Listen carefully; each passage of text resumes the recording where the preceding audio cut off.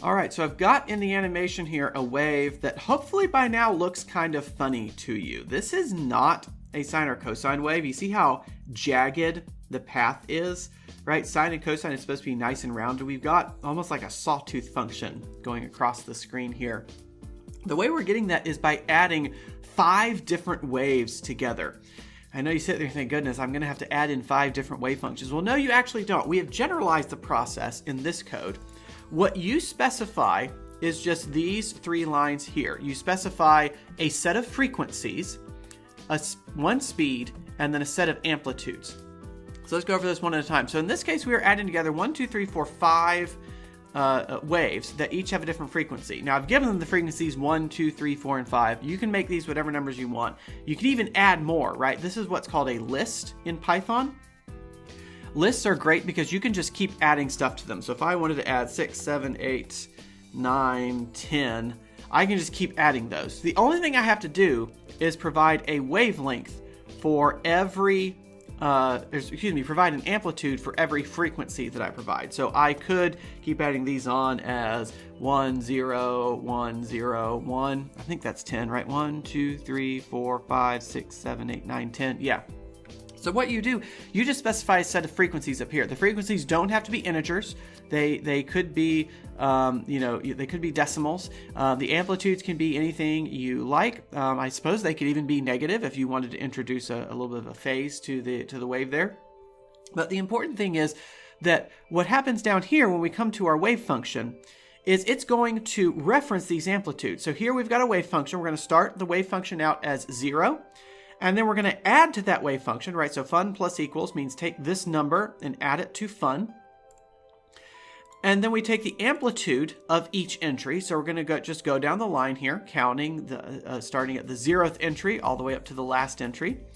And then we come over here, we take our wave function that we've seen before, the cosine, and we've got 2 pi times x divided by the speed. We've gone ahead and just made the speed part of the wave function now. And then over here, we've got the frequency for that individual wave. And this is an example of what we call a Fourier series. The idea of a Fourier series is that you are making a new function. You're making whatever kind of wave shape you want out of a set of frequencies and a set of amplitudes that get matched with those frequencies. And so basically you play around with these to get whatever kind of wave shape you want. Now that I've added these, let's see what comes out here. Oh yeah, we get something really, really interesting. So if you're doing any kind of acoustical studies, this is how you study any kind of waveform is you actually do the reverse. You take this shape and you break it back up into the frequencies and amplitudes. Here we're doing it the forward way of starting with the frequency and amplitude and then getting to the wave shape here. And so you can get this back down to something simpler. If you just want to have 3 waves, you can do that. You can start with that. Let's click run here. So I've got 1 wave that's really strong here, 2 waves that are a little bit weaker, and it's already given me kind of this jagged shape that we saw earlier. And so there's lots of neat shapes that you can get out of this. Let's say, for example, I take 1 over 1, 1 over 3, 1 over 5, 1 over 7, 1 over 9. Let's take 1 over all the odd integers. Not all the odd integers, but we'll start with these at least. And let's give them the same amplitudes over here.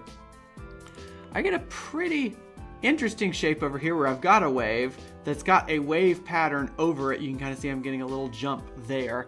Let's keep going with those, see what happens. 1 over 11, 1 over 13, 1 over 15, 1 over 17. And the idea is that you're adding these waves together and you're kind of refining the shape into something that you want to see. So anyway, I hope that's interesting to you. I hope you enjoy playing around with this and trying out different frequency and amplitude combinations. Thanks so much for watching. I will see you next time. Bye-bye.